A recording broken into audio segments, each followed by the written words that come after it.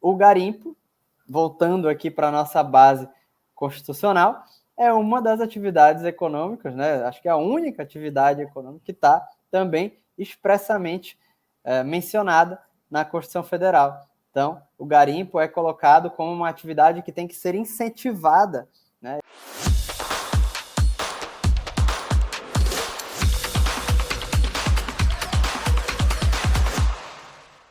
Olá, esse aqui é o Direito Ambiental na Prática, mais um episódio para você em que vamos falar do direito do dia a dia, do direito aplicado, do direito ambiental materializado, para que você possa aprender um pouco mais, ter os seus insights, para que você possa desenvolver melhor a sua advocacia ou então a sua atuação dentro da área ambiental. Lembrando que o DAP não é só para profissionais do direito, só para advogados, juízes, promotores, assessores, enfim. É para todo mundo que atua e precisa se relacionar com as ciências jurídicas ambientais. E hoje a gente tem um convidado super bacana, uma pessoa que eu já conheço há muito tempo, uma pessoa que eu acompanho a trajetória, mas antes da gente conhecer o convidado de hoje, é claro, deixa teu like, deixa teu joinha aqui no canal no YouTube. Se você está nos ouvindo nos principais agregadores de podcast, também já curte, já segue aqui esse podcast. Se você está vindo aleatoriamente, compartilhe o link, seja do canal no YouTube, seja do episódio aí no Spotify, no Deezer, no agregador de podcast que você está ouvindo aí, com quem esse episódio possa gerar valor. Para quem está no YouTube, te inscreve aqui no canal se você ainda não está inscrito. Se você ainda não está inscrito, ativa o sininho também aí do lado para que você fique ciente toda vez que for postado vídeo novo aqui no nosso canal. Tranquilo? Estamos no nosso episódio 53 e hoje eu vou conversar com um cara super bacana, com um cara que eu vi aí nascer no direito. Fui da banca de TCC dele e hoje o cara está despontando aqui no direito ambiental, na Amazônia, no direito minerário. Já tem uma trajetória muito bonita, uma rodagem internacional também. Então hoje eu vou conversar com meu querido amigo Caio Brilhante, advogado, né, pesquisador. Caio, conversa um pouco aí com os nossos espectadores, com os nossos ouvintes, te apresenta aí para o pessoal te conhecer melhor. Olá, Thiago, tudo bem? Poxa, muito obrigado pelo convite, é um prazer enorme estar aqui no Direito Ambiental na Prática, que eu sou, inclusive, ouvinte, apesar de hoje estar como participante, né?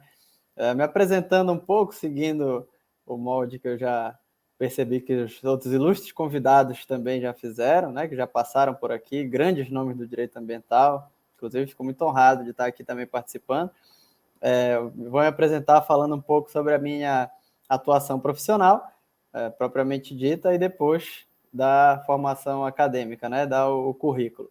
Então, profissionalmente, eu sou advogado, né, como o Thiago já adiantou, eu já atuo aí há mais ou menos 8 anos na área ambiental, tive 2 anos como estagiário e estou aí há 6 anos como advogado, sempre na área do direito ambiental, direito minerário e direito agrário, né, e trabalhei aqui em Belém e também trabalhei em São Paulo durante 3 anos, em alguns escritórios, e essa minha advocacia sempre foi voltada para o direito ambiental como um todo, né? A gente acaba, querendo ou não, focando um pouco mais no direito ambiental administrativo, né? No administrativo ambiental, defesa de autos de infração, licenciamentos, outorgas, entre outros, mas também temos uma atuação no judicial que também acaba sendo inevitável, né? As ações civis públicas estão aí, nós temos que trabalhar nelas. E ainda dou uma rabiscada no direito material no que diz respeito ao criminal ambiental, mas prefiro nessas áreas atuar sempre aí com outros parceiros, porque a gente sabe que o direito criminal, né, o processo criminal tem as suas nuances e algumas peculiaridades que nem sempre são de fácil percepção para nós. Bom, feita essa introdução profissional, né, da advocacia, da lida, eu também sou professor, né, nos cursos de Direito e de Engenharia Ambiental aqui da UNAMA, Universidade da Amazônia. Sou especialista em Direito Ambiental e Gestão Estratégica da Sustentabilidade pela PUC de São Paulo, e justamente durante essa especialização foi que eu fui para São Paulo trabalhar. Sou mestrando em Direito Ambiental pela Faculdade de Direito da Universidade de Lisboa, isso que o Thiago quis dizer quando falou de questões internacionais, né? Estou finalizando essa trajetória do mestrado. No sistema OAB, eu sou presidente da Comissão de Assuntos Minerários aqui da OAB Pará. Sou membro da Comissão de Direito Ambiental também aqui da OAB. Faço parte de alguns colegiados, sou membro também, do... Né? Sim, eu já ia chegar lá. Sou membro do IDAM, né, nas comissões de mineração e de direito florestal. E aqui no colegiado, no âmbito estadual, né, eu sou membro do Comitê Gestor do Sistema Estadual sobre Mudanças Climáticas, sou conselheiro estadual de recursos hídricos aqui no estado do Pará. Faço parte de um núcleo de estudantes lá em Lisboa, acabei não me desvinculando até hoje, é um trabalho que eu gosto bastante, que é o Núcleo de Estudos Luso-Brasileiro, lá da Faculdade de Direito da Universidade de Lisboa, o NELB, e sou secretário de Meio Ambiente já há 2 anos lá desse núcleo. E falando um pouco sobre pesquisa, né? Como o Thiago mencionou, também gosto de escrever algumas coisas sobre direito ambiental. Sou coordenador assistente de alguns grupos de pesquisa, do GEDAM, Grupo de Pesquisa Direito, Desenvolvimento e Meio Ambiente na Amazônia, do Grupo de Pesquisa em Meio Ambiente e Mudanças Climáticas, o GIDA, e o Mina Amazônia, que é um grupo que estuda especificamente a atividade de mineração aqui na Amazônia e no estado do Pará, e acabo também publicando aí de vez em quando alguns artigos científicos, colunas e comentários sobre direito ambiental e direito minerário, principalmente. Legal, Caio. Então, Caio, para a gente já começar essa conversa, muito se tem uma impressão errada, né, já falando em termos terminológicos mesmo, sobre direito ambiental e direito minerário, e principalmente para que a gente possa dar contextualizar aos nossos ouvintes, principalmente aqueles que são boa parte dos nossos ouvintes, que estão na faculdade, iniciando na carreira, aprendendo um pouco mais, às vezes tendo as primeiras pinceladas sobre direito ambiental aqui no DAP, pegando os primeiros conceitos. Então, às vezes tem uma concepção errada de que direito minerário é direito ambiental, né? E na verdade há uma interpolação, mas não necessariamente são o mesmo ramo do direito, né? Então eu queria que tu fizesse essa diferenciação e também demonstrasse para a gente onde eles se interpolam, para que a gente possa depois entender como é que um advogado atua nesse universo do direito ambiental minerário.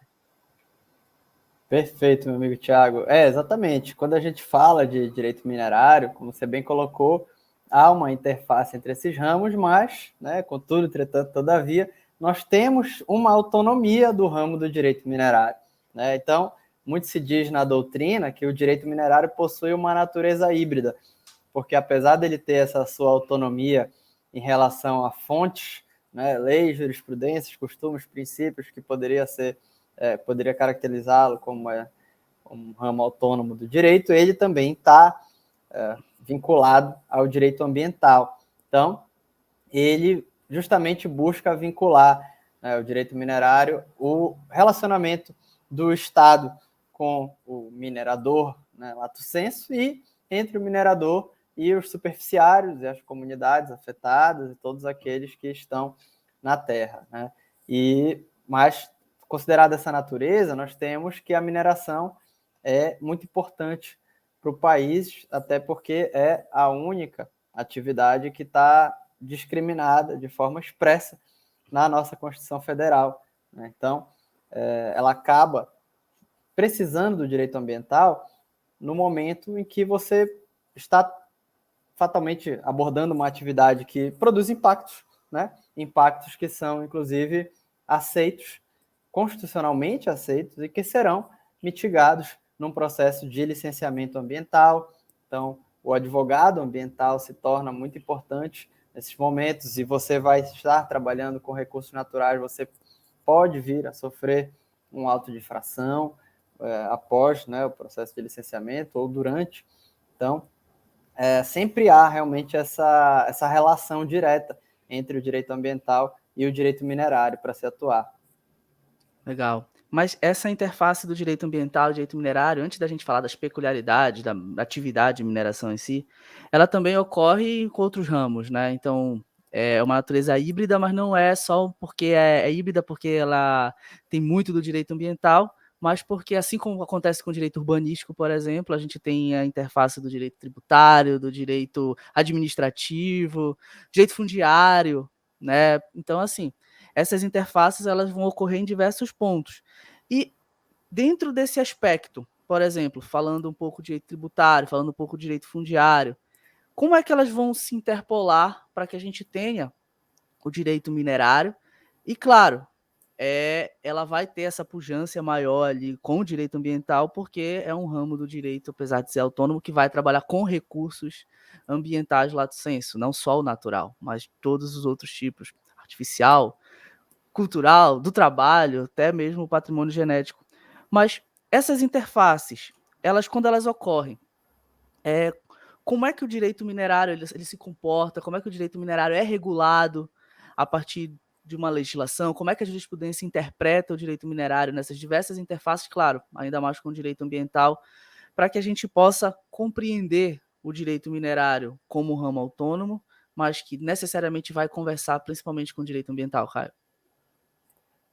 Então, Thiago, eu sempre comento que há principalmente dois profissionais especializados em áreas do direito que podem trabalhar com o direito minerário, né, que são os do direito ambiental, e aí também se inclui direito agrário e fundiário, e os do direito tributário, né?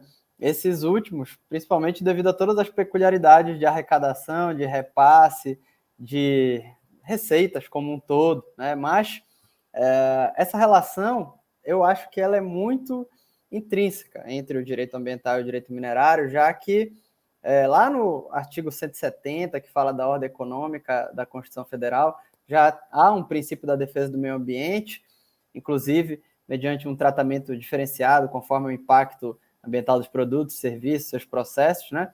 E no nosso 225, parágrafo 2º, fala especificamente que existe a possibilidade de explorar recursos minerais e quem explora fica obrigado a recuperar o meio ambiente de acordo com soluções técnicas exigidas pelo órgão competente, então aí já envolve um processo de licenciamento ambiental. O que isso nos diz? Né? Que o 225 já traz uma presunção constitucional de que a exploração de recursos minerais sempre gera um impacto significativo, né? Um vulto de impacto maior, já que impõe de pronto uma obrigação de você recuperar um meio ambiente que será degradado em uma exploração de uma atividade econômica. Isso não ocorre em todas as atividades, né? Então, há essa presunção de que constitucionalmente não existe a possibilidade de que a atividade de mineração não gere dano, né? Só que esse dano ele é sabido, ele é consentido devido a esse interesse nacional, e depois a gente pode falar um pouco mais sobre isso, que envolve a atividade minerária. E aqui nós temos algo até um pouco polêmico, né?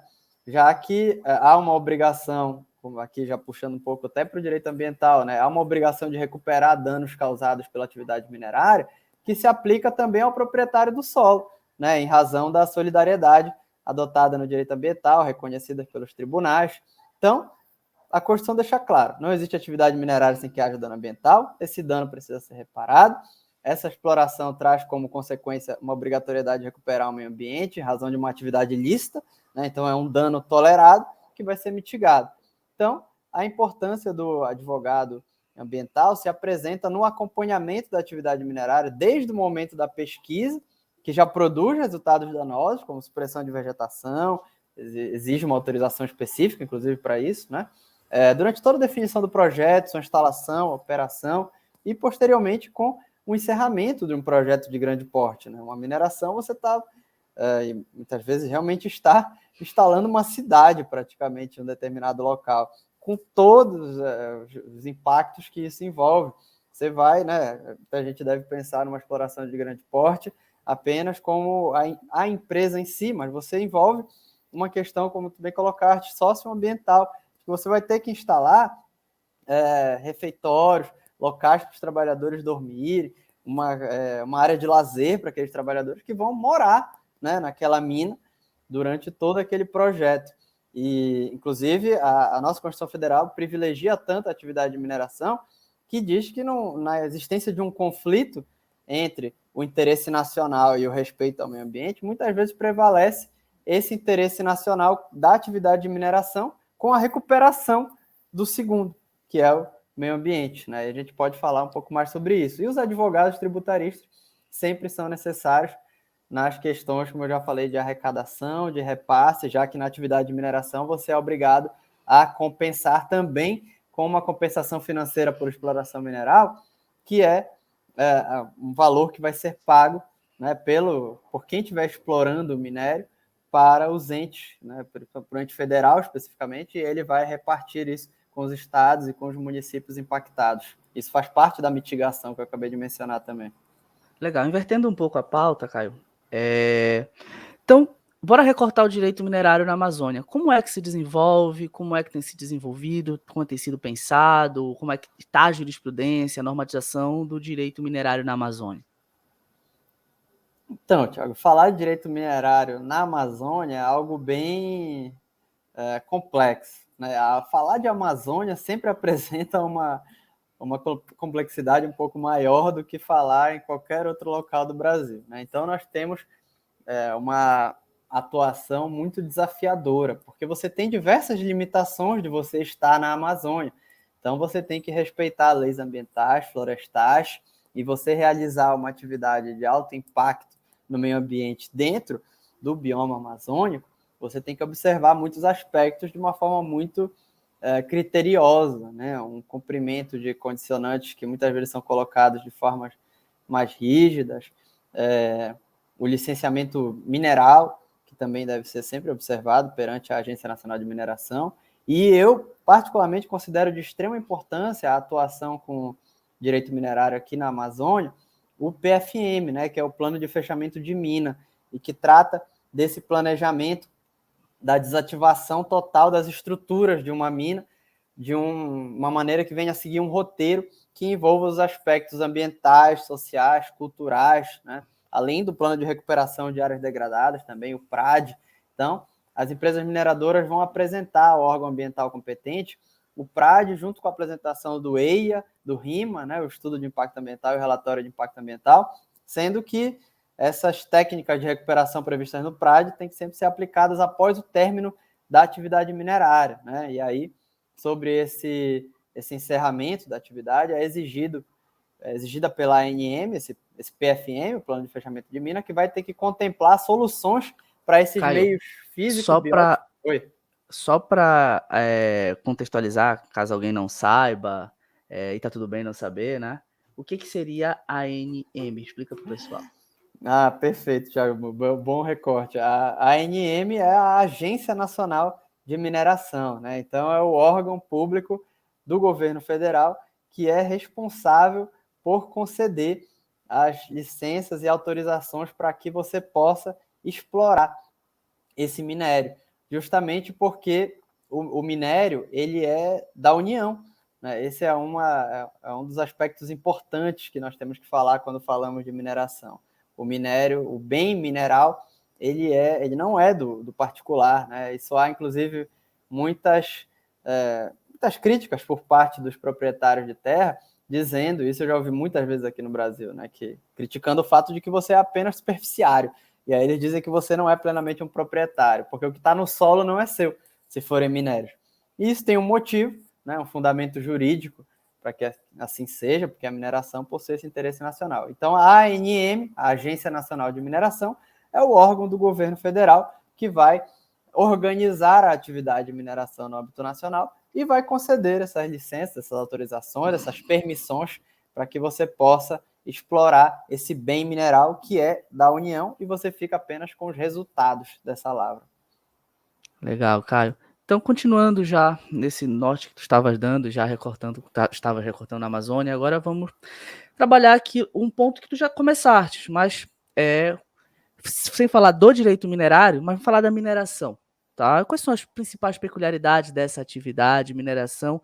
Por que essas peculiaridades existem? Porque elas vão justificar a existência de um ramo do direito para ela, uma atividade econômica que tem uma legislação, não só uma legislação, né? Muitas atividades têm a sua própria legislação, mas uma atividade econômica que tem um ramo do direito voltado para ela. Então, são peculiaridades muito importantes a serem levantadas. Quais são essas peculiaridades que justificam isso, Caio?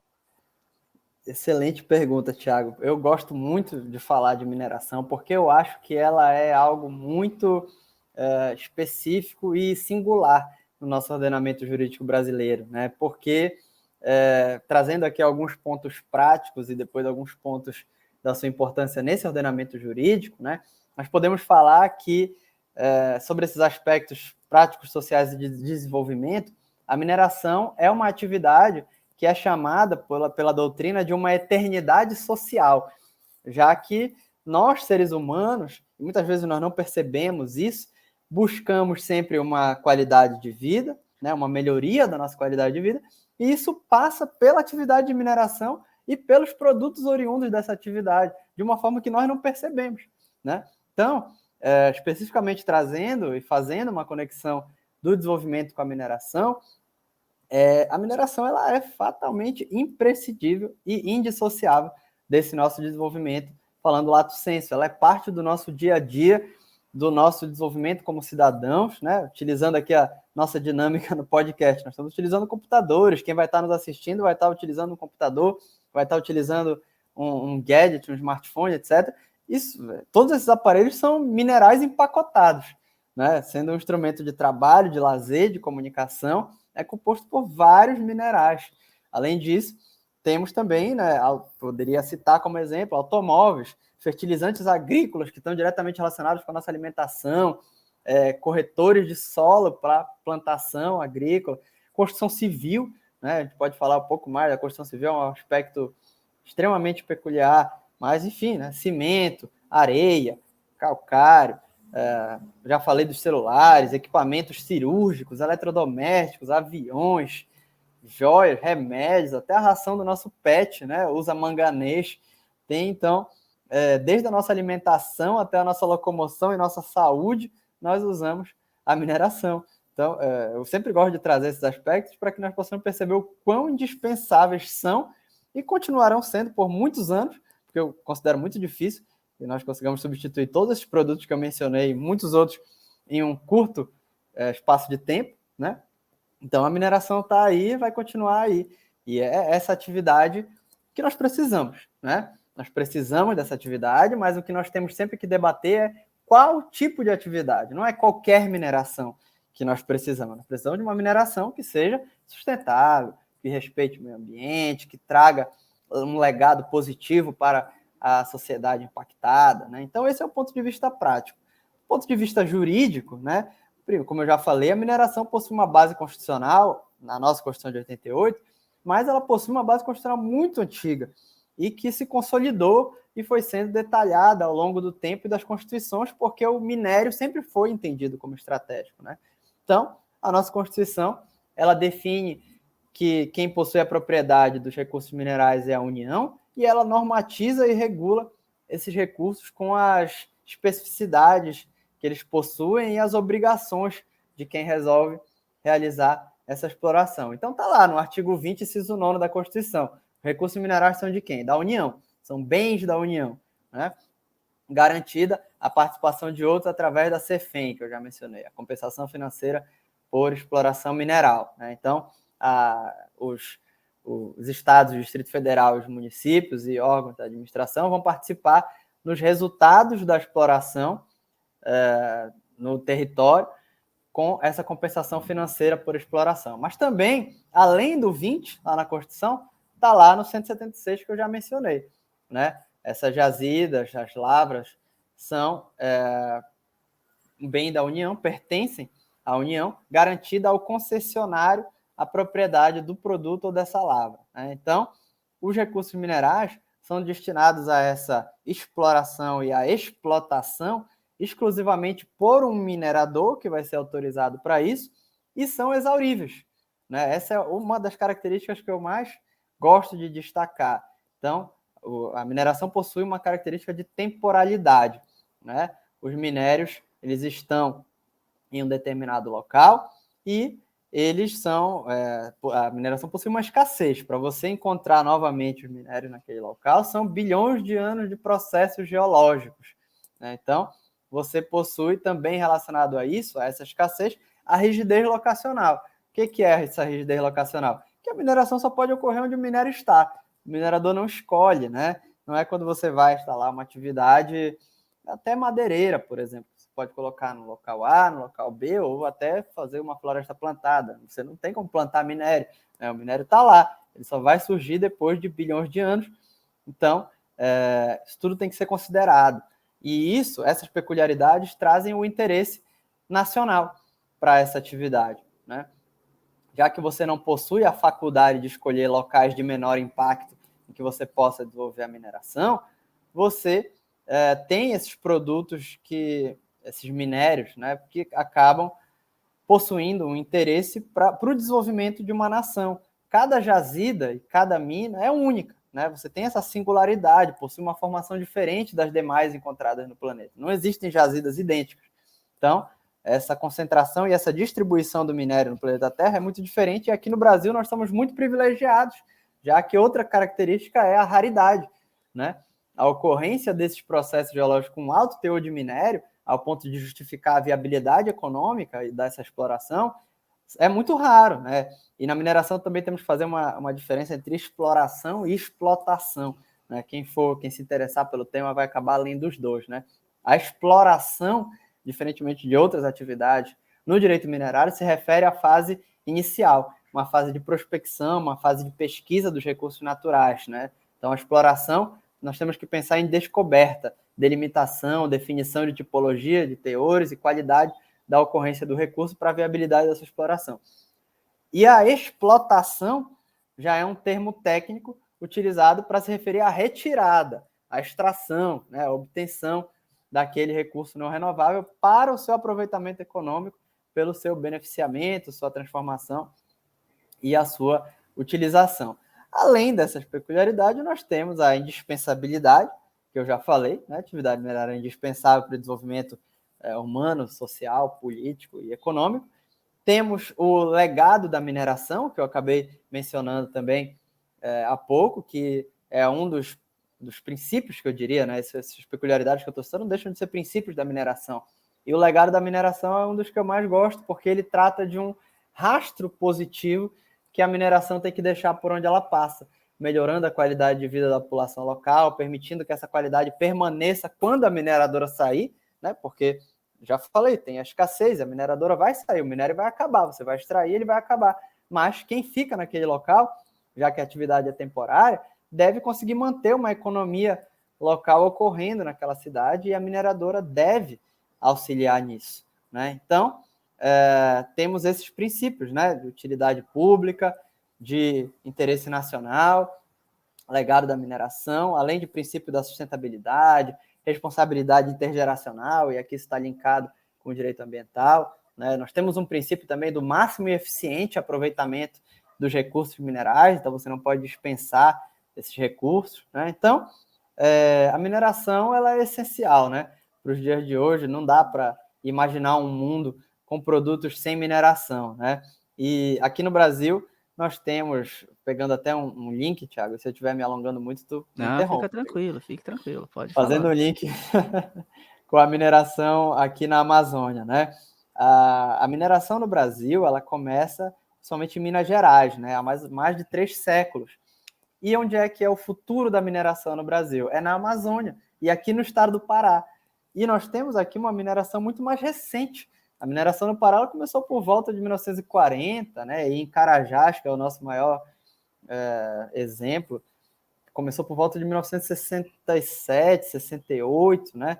O que isso quer dizer? Que nós temos uma mineração jovem aqui na Amazônia, e isso nos traz uma oportunidade de aprender, né? Olhar o que já aconteceu no outro estado e os erros e os acertos, repetir os acertos e evitar os erros, né? Para que aqui na Amazônia a mineração possa ocorrer de uma forma mais moderna, mais sustentável, utilizando as melhores técnicas disponíveis, né? Então, tudo isso tem que ser considerado como peculiaridade dessa atividade. Excelente, meu amigo. Caio, lá no início da nossa conversa, tu mencionaste, né, o próprio artigo 170.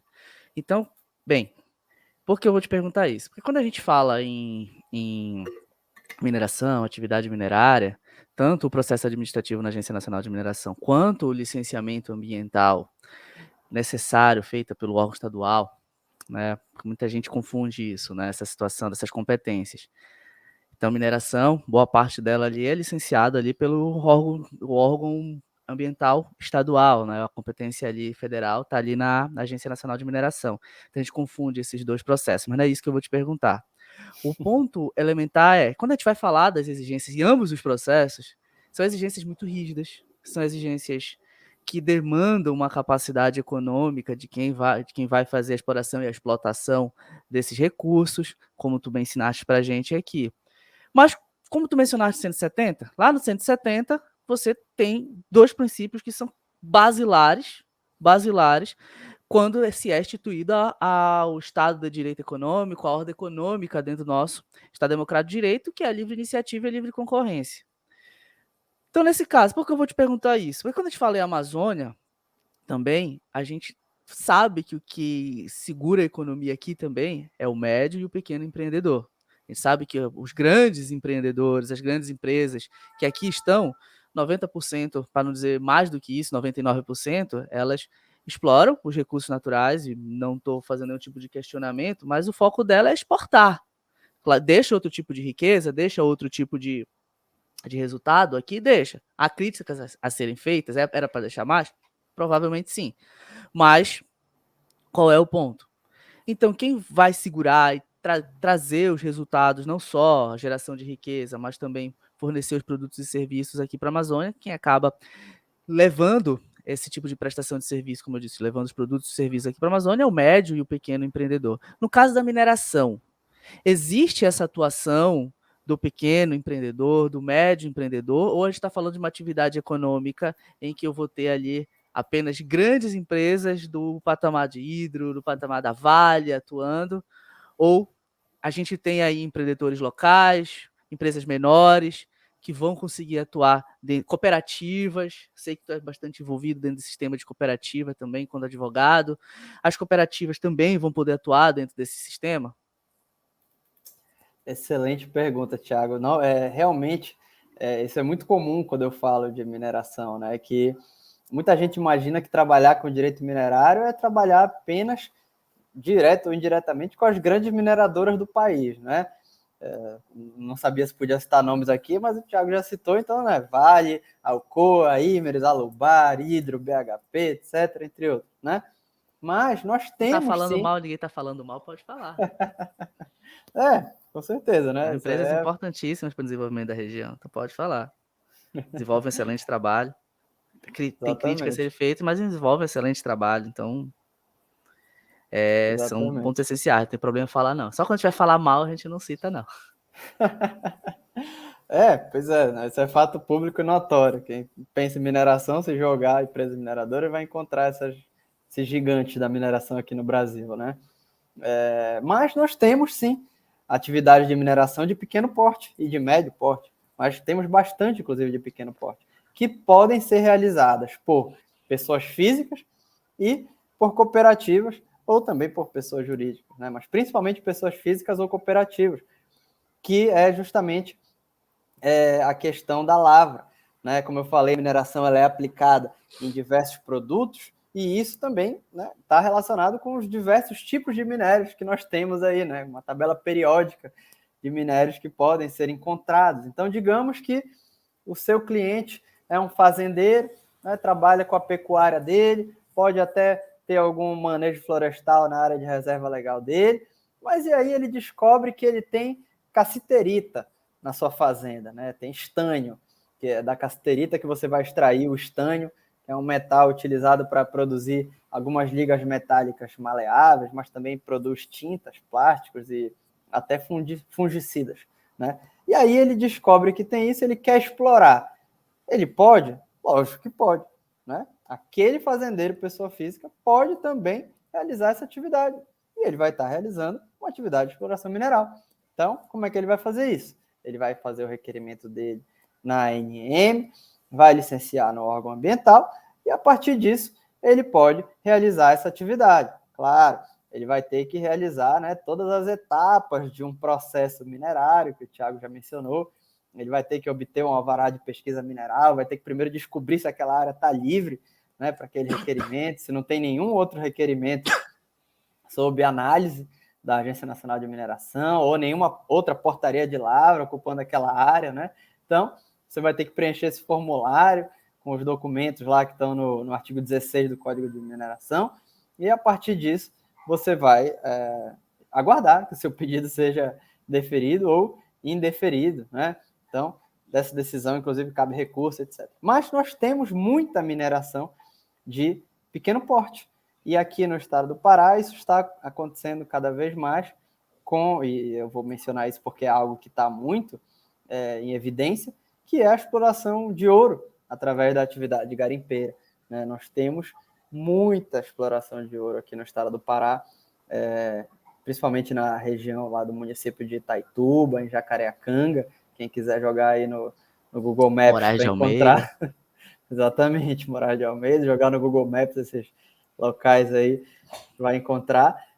Lá nós temos muita exploração de ouro aqui no estado do Pará. E isso é realizado por garimpeiros, né? Garimpeiros, pessoas físicas ou cooperativas de garimpeiros.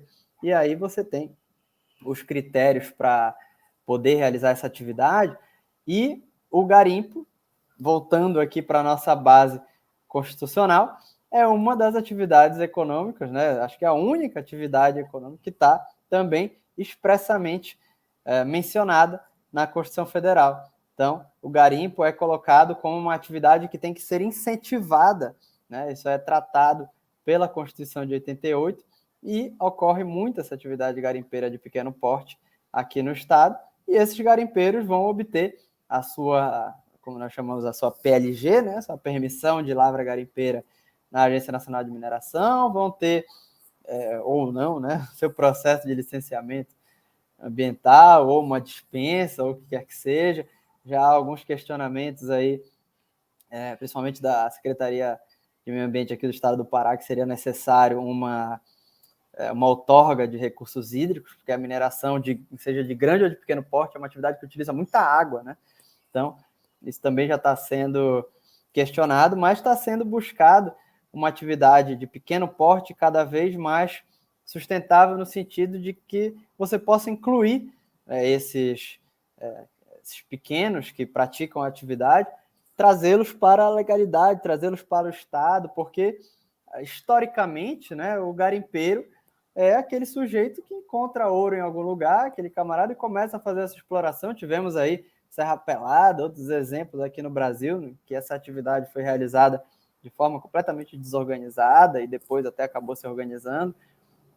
Mas é preciso que você reconheça, né, essa existência dessa atividade e tente organizá-la, trazê-la de alguma forma para o contato com o Estado. E já há debates sobre o Programa Nacional, já foi publicado, né, o Programa Nacional de Incentivo à Mineração Artesanal, e há debate sobre uma mineração, um garimpo 4.0, um garimpo sustentável. Isso está sendo cada vez mais mencionado e debatido, né? Nós vamos ter, inclusive, aqui em Belém, um evento que vai ser me esqueci o nome específico, vai ser Simpósio do Ouro, Simpósio Nacional do Ouro, alguma coisa assim, se eu me lembrar, eu até menciono aqui, mas continua nesse foco, né? Vai abordar também esse tema da mineração artesanal, do garimpo e da exploração dessas atividades. Então você tem sim muita pequena mineração de pequeno porte, que explora os mais diversos minérios, Thiago. Legal. E assim, é importante a tua fala até para desmistificar e quebrar um paradigma, até um certo preconceito, né? Porque quando a gente vai falar, ouve na grande mídia falar de garimpo, já praticamente 99% das pessoas relacionam a uma atividade ilegal, a uma atividade ilícita, e não, como tu bem falaste, né? Eu fui professor um bom tempo de direito econômico, e quando eu falava, olha, a Constituição incentiva o garimpo, olha assim, porque isso é antigo, né? Não, ela incentiva até hoje.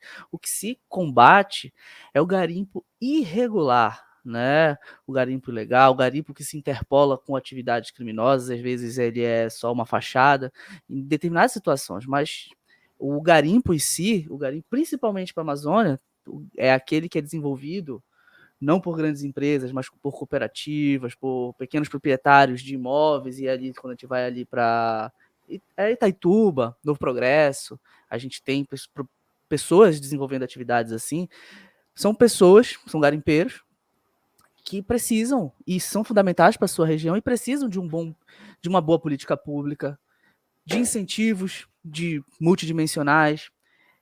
Por isso que eu fiz a primeira pergunta, livre iniciativa e livre concorrência. Ali, por quê?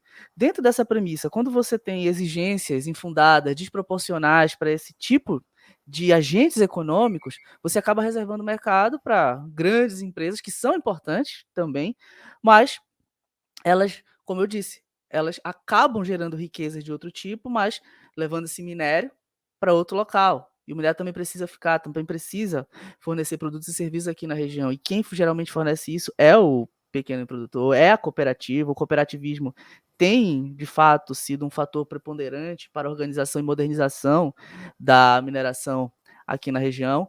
Eu tenho cliente em Tupiranga, ele não é da área de mineração, mas ele é pecuarista, Tupiranga não, em Itaituba, e a gente percebe o impacto dessa atividade na atividade dele, a forma como ele negocia. Então, a cidade gira em torno disso.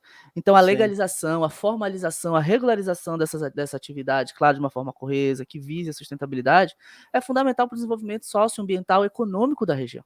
Essas pessoas são fundamentais. Então, eu fiz essa pergunta para o Caio, justamente dentro desse sentido. É preciso você ter uma política pública eficiente que fomente a legalização, claro, não a qualquer custo, mas uma legalização adequada, que vise a sustentabilidade, que incentive, traga incentivos financeiros, né, quando a gente fala ali da tributação ambiental, quando a gente fala ali em acesso a financiamentos, para que essas pessoas possam, então, cumprir todas as exigências, que não são poucas, do órgão ambiental e da Agência Nacional de sim. Mineração. Então, esse é um aspecto fundamental ali. Então, aí, dentro desse ponto, Caio, o que que tu enxergas ali? Como tu estás vendo esse próximo passo? Tu falaste da mineração 4.0. Como é que é uma cooperativa de garimpeiros? Como é que um pequeno produtor, um pequeno proprietário de um imóvel ali que vai iniciar uma atividade minerária, às vezes ele não tem nem outra opção, é aquilo que ele tem ali para fazer. E como é que ele vai desenvolver uma mineração 4.0? Como é que o Estado tem apoiado essas pessoas? Para ele conseguir desenvolver, como você falou, o Estado tem que apoiar, né? Porque são pessoas que vão iniciar uma atividade, muitas vezes sem a instrução técnica necessária, sem saber o que é preciso. Isso a gente vê muito também no direito ambiental, né? Com pessoas que são realmente hipossuficientes, mas querem desenvolver a sua atividade econômica. Então, nós temos aí um papel de educação ambiental, que não deixa de ser, né? Para que esses proprietários de terras, esses superficiários, aqueles que desejam explorar a atividade minerária, possam realmente saber quais são as possibilidades que eles têm de explorar, quais são os requisitos que eles vão ter que cumprir, o que eles vão ter que fazer, né, de uma forma que eles realmente possam, como você falou, deixar o legado positivo da atividade de mineração, que não é só da mineradora que depois vai sair da cidade e deixou lá as centenas de milhares de pessoas que direta ou indiretamente estavam relacionadas com aquela atividade, mas também o pequeno minerador, as cooperativas que estão lá no local, precisam, depois que o minério se exaurir, mas também durante, realizar uma atividade de uma forma que eles possam se tornar, né, ter uma vivência perene naquele local, possam permanecer ali morando com qualidade de vida. E tudo isso passa desde o processo de pesquisa, né, de autorização, de permissão de lavra garimpeira, já que você vai precisar cumprir com alguns requisitos, e como isso se torna 4.0, eu acho que passa por tudo isso, você educar, você incentivar que aquilo ocorra da melhor forma possível, e aí, conforme as capacidades econômicas, né, o camarada desenvolve ou não aquela atividade. Se não tiver como fazer da melhor forma, muitas vezes acaba ocorrendo, e nós não podemos fechar os olhos para isso, acaba ocorrendo a atividade na ilegalidade, porque as pessoas não têm condições de cumprir com determinados requisitos, mas nós temos um mandamento constitucional de que isso tem que ser incentivado. Então você tem que incentivar, buscar formas, o Estado tem que buscar formas de incentivar isso, né? Seja fornecendo subsídios, fornecendo pessoal para instruir aquelas pessoas, um apoio técnico de um órgão ambiental para auxiliar naquela exploração, no que é necessário fazer, porque está na Constituição, né? Que aquilo tem que ser incentivado. Então não há debate sobre isso, né? Se ainda fosse numa lei ordinária, numa instituição normativa, em alguma outra, mas não, está na nossa Carta Magna aí prevista essa obrigação de incentivo a essa atividade. Excelente. Caio, e aí, aproveitando ali que a gente fez esse recorte geográfico na região do estado do Pará, vou pegar esse gancho. A gente fala por exemplo, é um exemplo ali de Itaituba, Novo Progresso, Moraes de Almeida, ali a gente tem unidades de conservação enormes ali, né? Tem ali uma floresta nacional, se não me engano, ali próximo. E então, assim, e também naquela região nós vamos ter comunidades indígenas também ali e vários outros povos e comunidades tradicionais se relacionando ali com os recursos ambientais. Mas focado nesses dois elementos, no espaço territorial especialmente protegido, previsto na Lei 9985 de 2000, que é a unidade de conservação, e no território indígena, que é previsto na própria Constituição. É possível que se desenvolva a mineração, porque, enfim, a unidade de conservação, ela alberga, tá? A unidade de conservação alberga o subsolo. A unidade de conservação alberga até o ar, né? Então, ela vai albergar o subsolo, mas a gente tem ali uma atividade não só garimpeiras em si, mas a atividade minerária como um todo é incentivada, é a base da nossa economia. É possível, então, ter essas atividades em unidade de conservação e tornando a pergunta ainda mais polêmica, em territórios indígenas, também é possível que se desenvolva esse tipo de atividade? Ótima pergunta, Thiago. Aí é um ponto delicado, né, da mineração. A gente chega nesses debates sempre quando se fala. Se você falar em mineração em terra indígena, muita gente começa a ficar incomodada, né? Mas vamos lá, revertendo aí o que você mencionou. Vou falar primeiro sobre terras indígenas, né? Atividade de mineração, vamos considerar então aqueles princípios mencionados, né? Os principais aqui são o princípio da utilidade pública, do interesse nacional, então artigos 20, 22, 176 da Constituição, e princípio da rigidez locacional. Mineração não escolhe onde se instalar, mineração só se instala onde está o corpo mineral. Então, a partir disso, tendo esses princípios aí em mente, né, a mineração ela deve ocorrer, ela possui uma presunção de prevalência, apesar, na verdade, sendo limitada pelo que a própria Constituição traz. Ou seja, quais são essas limitações?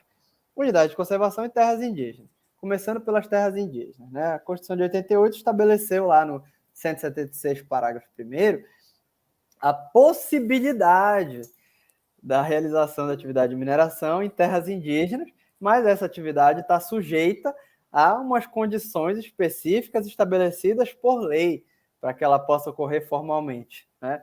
E aí, o parágrafo 3º do artigo 231 também da Constituição vai determinar que o aproveitamento da pesquisa, da lavra, das riquezas minerais de terras indígenas só pode ser efetivado com autorização do Congresso Nacional, ouvidas as comunidades afetadas, sendo asseguradas a essas comunidades a participação dos resultados da lavra na forma da lei. Então, temos 3 requisitos aí para que pudesse ocorrer uma mineração em terras indígenas, né? Você tem que ter uma lei que estabeleça como ela vai ocorrer, você tem que ter uma escuta, né, uma oitiva das comunidades afetadas, e você tem que ter autorização do Congresso Nacional, né? São os 3 requisitos. Isso está previsto, constitucionalmente previsto. Então, os indígenas, caso ocorra uma mineração naquelas áreas, eles têm a participação assegurada nos resultados daquela lavra, nos termos da lei. Porém, precisa de todos desses 3 critérios que eu mencionei. Então, passados quase 30 anos da promulgação da nossa Constituição Federal, essa questão ainda não foi regulamentada, né, pelo Congresso Nacional. Então, não temos lei que estabeleça as condições específicas para o exercício das atividades minerais de terras indígenas. Ainda que essa seja uma questão que mereça uma visão crítica, né, é importante até destacar que, na prática, a ausência dessa regulamentação para a mineração acaba por propiciar uma proliferação de uma mineração informal nessas áreas e, por vezes, com grandes custos ambientais, sociais, né? Então, eu sou muito contrário, eu até gosto muito de ouvir o direito ambiental na prática, porque eu vejo que vocês também, né, são contrários a opiniões maniqueístas extremadas, né? De que de um lado você coloca, aqui trazendo, né, puxando a sardinha para o nosso debate de hoje, colocam que a mineração tem que ser feita a qualquer custo, mesmo que aniquilando o meio ambiente ecologicamente equilibrado. E, por outro lado, aqueles que não querem que ocorra de forma nenhuma a atividade de mineração, que é uma atividade imprescindível para a vida e sociedade. Então, nós temos que sair desses maniqueísmos, né? Atualmente, nós não temos um respaldo legal para a exploração e a explotação mineral em terras indígenas. Eu entendo que seria benéfico ter uma regulamentação sobre isso. Como isso vai ser regulamentado, aí já são outros 500, né? Mas seria interessante que tivesse, já que a Constituição traz essa possibilidade. E falando desses espaços territoriais especialmente protegidos, né?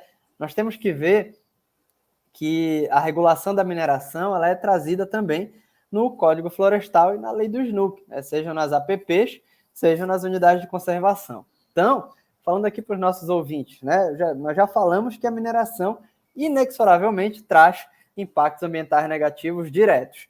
Isso porque a atividade é de uma retirada do solo de recursos naturais não renováveis. Então você não coloca de volta como era aquele material no solo. Depois da lavra, o espaço degradado não retoma a sua posição original. Mas isso não quer dizer que não possa ser recuperado, né? Recuperar e compensar é diferente de você restaurar a uma qualidade exata e original do bioma. Então, como há essa necessária recuperação de área degradada constitucionalmente prevista, né, já que a mineração vai provocar uma degradação ambiental, é comum que as jazidas estejam localizadas em ecossistemas protegidos, como o Thiago mencionou, seja no leito de rio, em áreas de elevada declividade, unidades de conservação, né? Inclusive, alguns doutrinadores, o professor Debrando Hermann, colocam que as jazidas minerais existentes na superfície do solo estão quase sempre localizadas em APPs, né? Especialmente nos topos de morro, nas montanhas, nas serras e nas várzeas dos corpos d'água, né? Por causa, ele traz a justificativa técnica, né? Em função da movimentação tectônica da crosta terrestre e pelo transbordamento dos rios, do lago, do curso d'água, por isso que boa parte da jazida está nessas áreas. Então, era necessário que a lei tratasse e tratou dessa situação fática. Então, a mineração, como ela está posta, né, para que você possa fazer uma análise correta, né, há essa previsão no Código Florestal de que nós temos minério em APP e esse minério pode ser explorado. Apesar de um regime de quase intocabilidade das APPs, né, é preciso considerar a rigidez locacional, singularidade, raridade, indispensabilidade. Então, o Código Florestal autoriza expressamente a intervenção em APPs para atividades minerárias, né? O parágrafo 3º do inciso 8º do Código Florestal considera a mineração como uma hipótese de utilidade pública ou de interesse social. Utilidade pública são as jazidas em geral e interesse social é a mineração de agregados da construção civil, né? Areia, argila, saigo, cascalho. E aí, por que essa diferença, Caio? Porque nas APPs de vegetação nativa, você só pode realizar uma intervenção como utilidade pública, né? Artigo 8º, parágrafo 1º do Código Florestal, que é o caso dessas classes gerais e jazidas. E, considerando um alto consumo de agregado da construção civil, notadamente a areia, né? Que constitui um bem mineral em maior abundância do planeta, aí você já não justificaria essa permissão. Por isso que é importante essa diferenciação da atividade de mineração para utilidade pública ou para interesse social. Então, a pesquisa e extração de agregados de construção civil em área que contém a vegetação nativa, protetora de nascentes, dunas e restingas, é uma exceção à regra de intervenção APP. E nas unidades de conservação, né? Nós temos várias categorias divididas em 2 grupos, proteção integral e uso sustentável, isso já foi até abordado aqui no podcast, um episódio excelente que eu recomendo que os nossos ouvintes também escutem. Então, qualquer unidade de conservação é um espaço territorial no qual o poder público ou o particular resolveram conferir uma proteção em razão de algumas características ambientalmente relevantes, biodiversidade, beleza cênica, corpos hídricos, gosto de tomar banho no meu igarapé, etc. Né? Então, como o próprio nome já diz, as unidades de conservação de proteção integral não admitem, né, a realização da atividade minerária, porque o seu objetivo é a preservação da natureza. Você permite apenas um uso indireto de recursos naturais. E aí vocês poderiam até me dizer, Caio, mas eu já vi do jurisprudência, né, no sentido de que seja autorizada a pesquisa mineral e até concessão de lavra da jazida em uma unidade de produção integral. Pois é, mas aí o 225, parágrafo 1º e 3º da Constituição e a 9985 vedam essas atividades exploratórias nesses espaços, né, que venham a violar a integridade dos ecossistemas que estão ali contemplados. Mas não se nega que possa existir um recurso mineral passível de exploração, mas sim que permitir essa extração seria contrário à essência do bem ambiental, né? Então, você não teria garantindo a função conservativa ecológica. Esse é o entendimento doutrinário.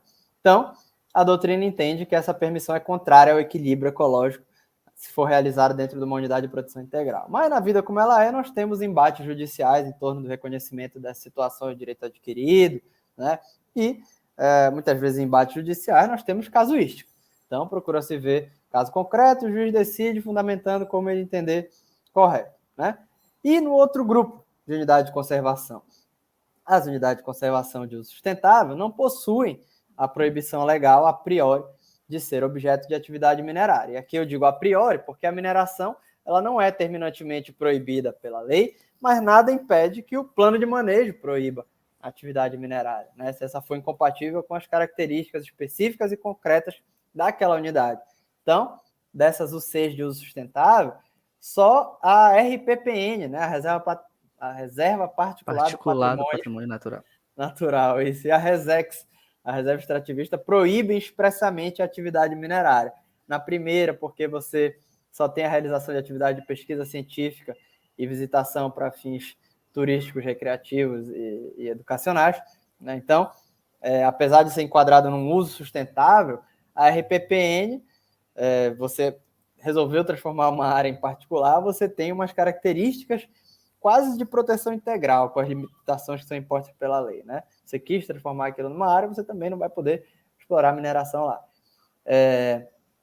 E além disso, né, nas zonas de amortecimento das unidades de conservação, o regulamento da zona de amortecimento também pode trazer limitações a essa atividade minerária quando tiver os seus efeitos negativos a esses aspectos naturais que a unidade de conservação visa proteger. Mas e quando ocorre a mineração nas UCs? Bom, aí, como são locais considerados como as ETEPs, né, espaços territoriais especialmente protegidos, e assim a lei os define, a mineração ocorre com maiores restrições, né? Para que você possa realizá-la de modo sustentável, o início e o fim da exploração mineral tem que estar associados. Então, você autorizar a pesquisa e conceder a lavra, ao mesmo tempo você tem que saber medidas e garantias para a recuperação ambiental daquela área degradada da atividade de mineração. Então, a lei do SNUC traz lá no 36, parágrafo 6º, que quando a atividade afetar uma determinada UC ou a sua zona de amortecimento, essa vai ser necessariamente beneficiária dos recursos da compensação ambiental. Então, aí entra uma exigibilidade já de compensação ambiental no licenciamento, né? Então, não seria razoável, né, ocorrer a degradação no bioma sem nenhuma compensação, e inclusive a compensação tem que ser dirigida à criação ou manutenção de uma UC no mesmo bioma, porque não faria sentido você degradar no bioma amazônico e ter uma compensação na caatinga, né? Então, a atividade de lavra mineral tem que pagar essa compensação ambiental e há todos esses critérios, né? Então, essa degradação vai ser compensada nas unidades de conservação pertencentes ao mesmo bioma, bacia hidrográfica, e é bastante comum a extração do minério nesses leitos de rios que eu acabei de mencionar, então ele também vai receber a compensação se tiver uma unidade de conservação na sua extensão. Então, resumindo, né, à primeira vista não seria possível a mineração em APPs, que está submetida a esse regime de intocabilidade, mas o Código Florestal permite, né, e também nas unidades de conservação depende, o famoso depende do direito, depende do grupo, depende da categoria, mas tem que ser sempre observado o plano de manejo da unidade de conservação. Às vezes depende do minério também. Também. Quando falaste ali, de fato, né, existem unidades de conservação de proteção integral ali que é desenvolvido a atividade minerária, não é uma atividade ali que é sempre questionada, há diversas ações civis públicas e questionamentos judiciais em relação a isso, mas se justifica em tese pela singularidade do minério que ali se encontra, né, e enfim, dos outros resultados que isso serão trazidos. E não pode esquecer também que ela não vai, a mineradora não vai lá, explora e não está sendo cobrado nada dela em termos de exigências ambientais, compensações ambientais, investimentos financeiros, não tá, vai lá e o Estado que se vire, não. A internalização necessária ali das externalidades. Mas, de É o direito fato, é ambiental de controverso. conflitos, né, Thiago? Que o Marcelo dos Agro-Dantas fala muito bem no livro dele. O direito ambiental é O episódio conflituoso. antes do teu, a Ipuá, é sobre os Agro-Dantas. Olha aí. O teu episódio aqui é o 53, 52 é com ele. O Cláudio e o Advan gravaram com ele lá em Floripa. Maravilha. Então, legal. Caio, eu ia te perguntar sobre a app, mas tu já respondeste juntos aí na pergunta, né? Eu ia puxar aqui o Código Florestal de fato. Contigo, a app é um assunto que é o meu recorte, é a minha especialidade. E a app na Amazônia, só que, de fato, as questões minerárias eu deixo para os especialistas. E, de fato, é uma questão bastante controversa. Os clientes perguntam muito em relação a isso. De fato, ali, a maior ocorrência, né, de minérios são encontrados, de fato, em áreas consideradas normativamente como APP, aquelas APPs ex-vilege previstas ali no artigo 4º do Código Florestal, e aí as exceções, como o Caio falou, vão aparecer ali no artigo 8º para poder explorar as APPs, é um assunto extremamente controverso. E já que a gente está falando, né, de gestão ambiental, e aqui a gente já passou de 1 hora de podcast, e a gente está falando de gestão ambiental, a gente está falando de governança, então, para a gente já ir finalizando essa nossa conversa, Caio, vou te fazer uma última pergunta. Cara, dentro dessa roupagem, dentro dessa perspectiva, e eu vejo muito o teu estudo, tuas falas nesse sentido, e tu também, como presidente da Comissão de Assuntos Minerários da OAB e pesquisador, está muito envolvido nessas questões também por estares envolvidos também com as empresas que atuam, com o sistema de cooperativas, com a administração pública também. A mineração, e não só na Amazônia, que é a tua expertise locacional, mas no Brasil como um todo e no mundo. Como tem tratado ESG? Porque a gente vê ali diversas grandes empresas trabalhando, falando de ESG bastante. O professor Fiorillo veio aqui, ele fez umas críticas a essa terminologia, ao que seria o ESG. Eu, até certo ponto, concordei com ele ali, de fato, é você cumprir a norma, ESG nada mais é ali do que você cumprir a legalidade, mas a legalidade ela não vai se fechar em todos os aspectos. Nós vamos ter diversos aspectos ali que nós precisaremos ir além, ser mais ativos, proativos dentro dessa governança, porque não é unicamente cumprir a norma por si só, mas também entregar, como tu falaste muito bem, deixar legado, né? Deixar legado. E as questões que envolvem SG e compliance também trazem muito isso. Então, assim, como é que está essa discussão dentro do setor minerário, dentro do setor jurídico minerário, né, do direito minerário? Como é que está sendo debatido isso? Como é que está sendo visto essa relação da mineração com as alterações climáticas? Já para a gente terminar aí com chave de ouro, eu joguei essa aí para te responder. Essa facinha. Pois é, né? Realmente é uma questão interessantíssima, tá muito em debate. Assim, eu diria que quase todos os eventos, debates e discussões que ocorrem sobre mineração hoje em dia trazem alguma coisa sobre ESG na mineração, né? E como o professor Fiorillo já falou, né? Quem sou eu para complementar alguma fala do nosso primeiro livre docente de Direito Ambiental do Brasil, né? Mas vou falar um pouquinho, né, sobre esses assuntos então. ESG, Thiago, ou ASG, né? Que é Ambiental, Social e Governança, eu acho que como você mencionou, e além da legislação, no seguinte sentido: como é que surge, né? Surgem esses critérios ESG. Eu sempre gosto de mencionar isso, e foi uma fala que não é minha, eu vou dar a devida referência, do professor Roberto Rocha, que ele diz, ele traz para a gente, relembra muito bem, que o ESG ele surge do mercado financeiro, que trouxe essas demandas de ESG no seguinte sentido: que quem tem dinheiro, e tem dinheiro aplicado numa empresa, e aqui, por exemplo, numa empresa de mineração, quer que o seu dinheiro cresça, né? Se você está colocando dinheiro numa empresa, você não quer perder, ninguém quer perder dinheiro.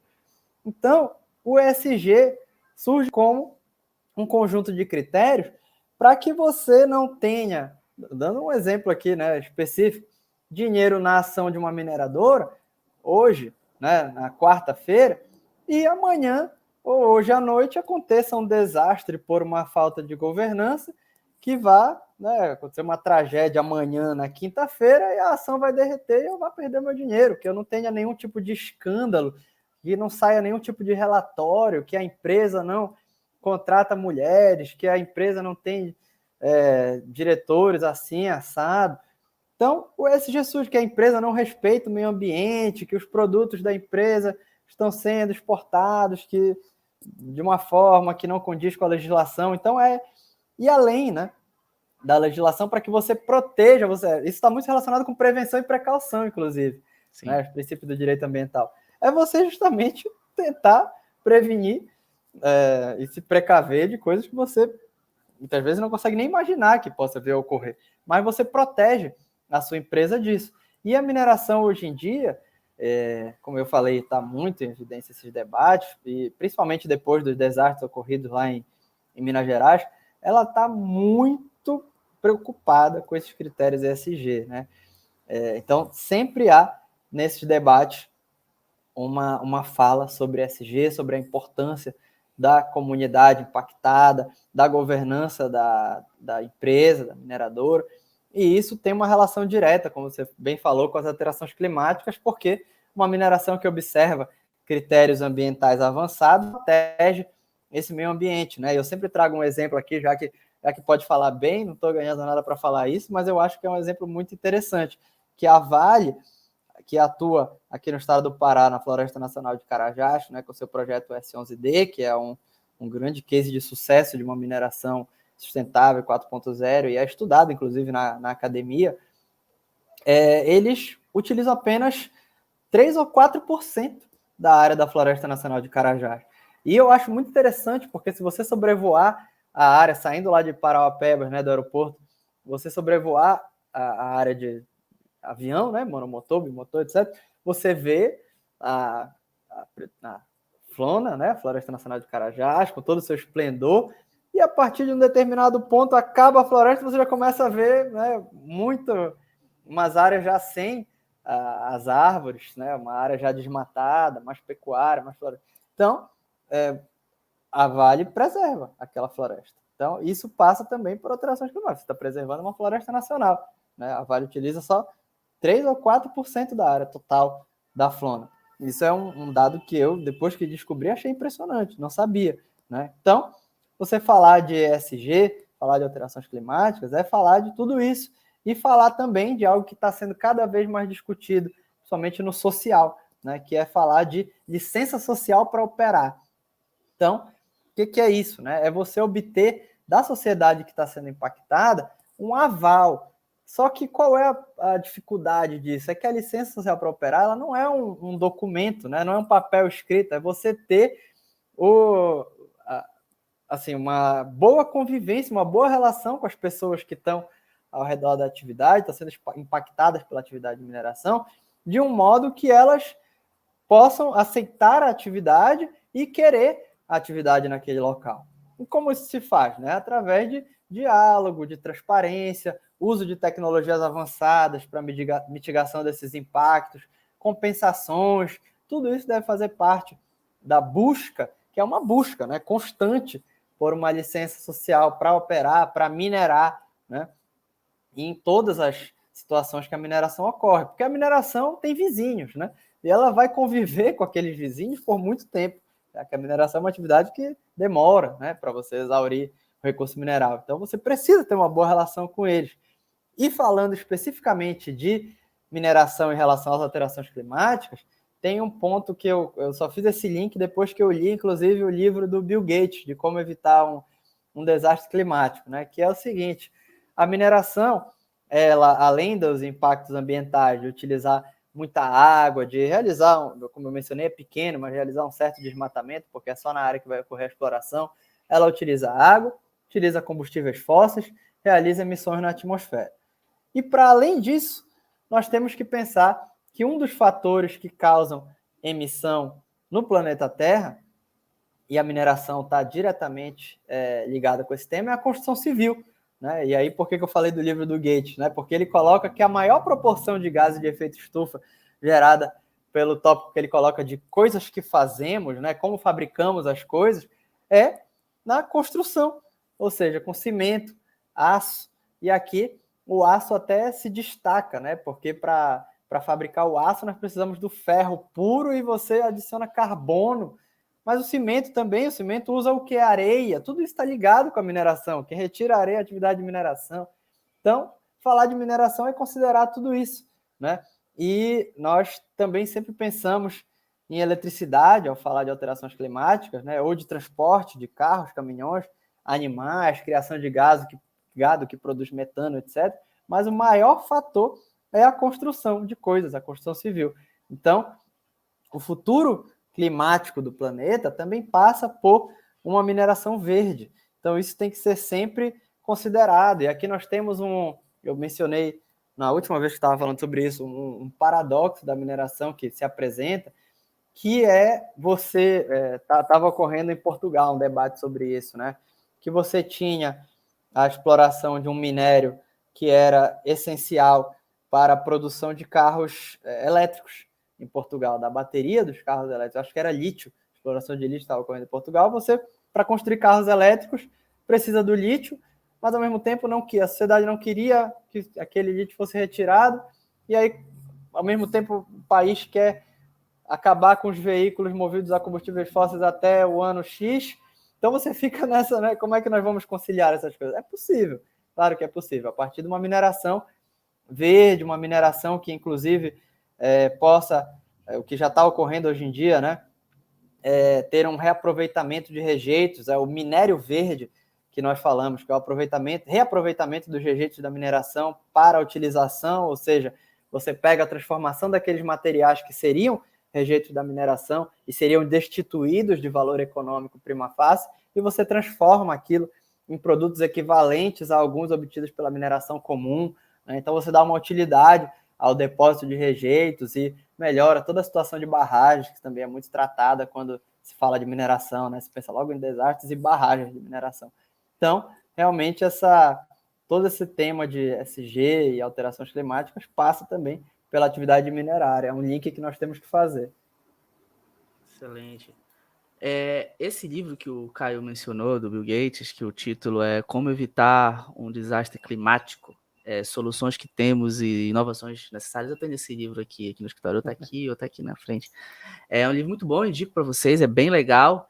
E eu fiz essa pergunta para o Caio porque esse ano nós estamos gravando esse podcast no início de agosto de 2022, e agora em novembro de 2022 nós vamos ter a COP27, né?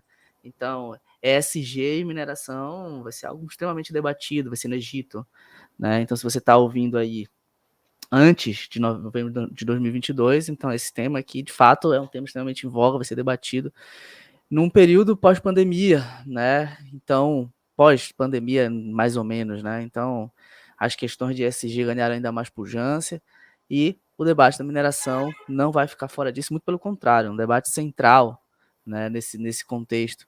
Então, é de fato uma aula aqui que a gente teve do Caio. Caio, para a gente já terminar aqui, na verdade, tem uma pergunta que a gente faz para todo mundo.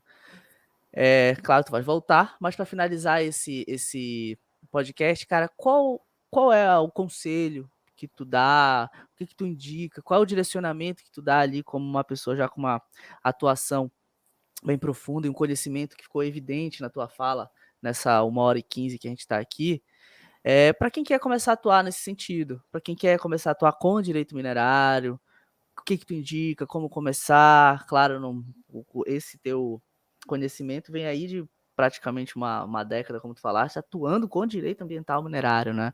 E uma rodagem, e, enfim, viajou, estuda, pesquisa, tá sempre se engajando. Então, às vezes eu brinco assim, olha, falo até para cliente, às vezes eu pergunto, Thiago, eu tô com problema de direito de trabalho, não sei. Ah, não, tu não quer falar? Não, eu não sei mesmo, eu não sei mesmo, não é que eu não quero falar, é que eu não sei.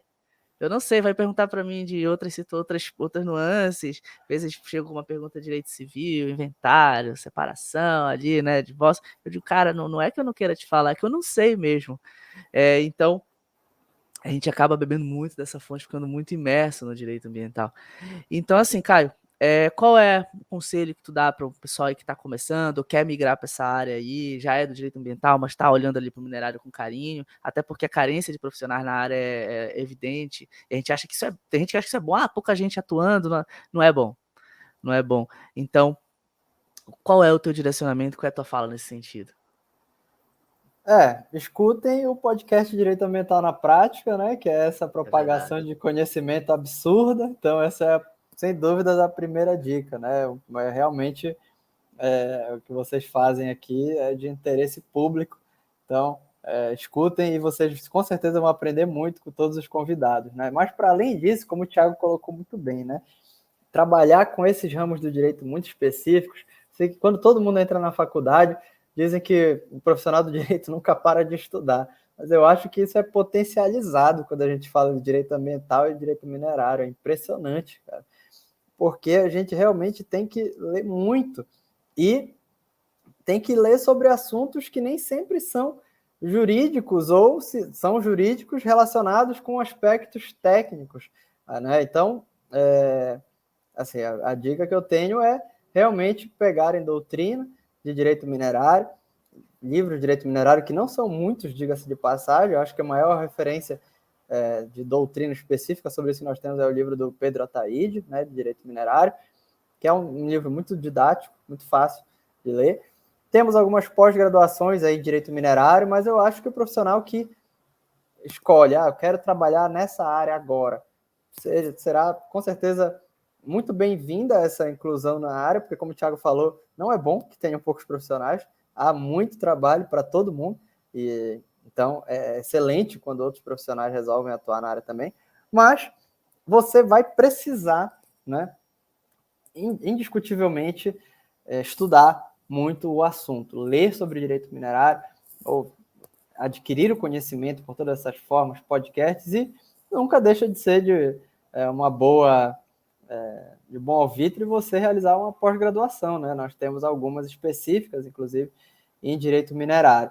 E ler bastante sobre o tema. Eu acho que nunca podemos deixar de ler os artigos novos que surgem, ficar de olho nos assuntos que envolvem a mineração. A mineração, assim como o direito ambiental, né, Thiago, é um ramo do direito que traz muitas normas esparsas, né? Então, nós acabamos tendo que ficar sempre de olho no que está surgindo em relação a um aspecto específico da mineração, um aspecto sobre alguma coisa de segurança de barragens, que é só um dos pontos de toda a mineração que nós temos.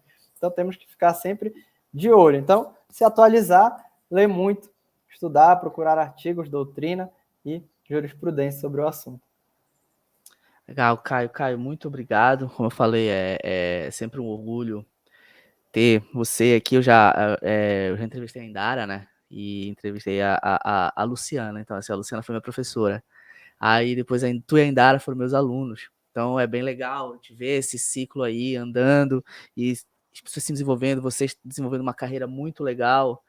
Então eu fico imaginando assim, a Luciana também vendo a gente, né? Então, a Luciana foi tua orientadora, a Indara é tua contemporânea na faculdade. Então, a gente tá vendo aqui que o desenvolvimento desse conhecimento aqui no estado do Pará, que é o nosso estado, mas também no Brasil, algo bem legal está sendo desenvolvido, mas algo bem pessoal meu, né?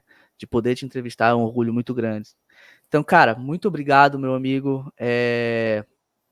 Mais uma vez, obrigado pelo convite. A gente desmarcou 2 vezes, né?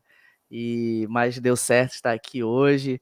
O Caio faz parte do IDAM, ele faz parte de 2 comissões do IDAM, né? E o IDAM é o Estudo de Direito Ambiental. Você também, fica o convite aí para você também fazer parte do IDAM, do Estudo de Direito Ambiental. O link está aqui embaixo, participe. Não sei a época que você está ouvindo, mas se você está ouvindo em agosto de 2022, ali tem uma condição especial ali para você entrar no IDAM, tá? E agora muita coisa legal. Agora, a partir de agosto, a gente já está organizando também o podcast do IDAM, o canal do YouTube do IDAM, o primeiro Congresso Nacional de Direito Ambiental do IDAM também já começou a ser formulado, vai rolar em 2023. Então já até dei spoiler aqui pro Caio, mas o Caio vai manter o sigilo de tudo que vai acontecer ali. Então, Caio vai participar, né, ativamente. Com certeza ali vai estar ali palestrando para a gente lá. Então, venha conhecer o IDAM, o site do IDAM tá magnífico, tá? E é claro, para você que tá no YouTube. Você que tá no YouTube, deixa teu like, tá? Clica aí no legalzinho aí, deixa teu joinha pra gente, isso é muito importante, o algoritmo entende que a gente tá ganhando mais relevância, compartilha esse vídeo lá no WhatsApp, compartilha esse vídeo lá no Instagram, no Facebook, com que ele possa gerar valor lá com o pessoal do estágio, com o pessoal da faculdade, com o pessoal lá do órgão que você trabalha, da entidade que você trabalha. Isso também é muito importante. Ativa o sininho para que você seja avisado logo na tela do seu celular quando tiver vídeo novo aqui no canal. Agora a gente está com um episódio por semana. Aconteceu algo bem interessante. A gente postava 2 episódios por semana. E aí, a gente começou a receber algumas reclamações de espectadores, de ouvintes. Olha, 2 episódios por semana a gente não está conseguindo acompanhar. A gente não está conseguindo acompanhar, né? Então, assim, a gente não. Então, vamos reduzir, vamos colocar 1 episódio por semana. Ó, vocês já passaram dos 50 episódios, eu ainda tô lá no 30 e pouco, no 20 e pouco. Então vamos lá, então vamos reduzir agora a partir de segundo semestre de 2022, né? A gente está iniciando essa segunda temporada, essa segunda parte aí. E a gente vai colocar 1 episódio por semana. E toda sexta-feira um episódio novo aqui do DAP. Se você está ouvindo a gente nos principais agregadores de podcast, mesma coisa, compartilhe o link, já clica no coraçãozinho aí do Spotify, do Deezer, do Apple Music. Isso também é muito importante. A gente está indo super bem nos agregadores, principalmente no Spotify.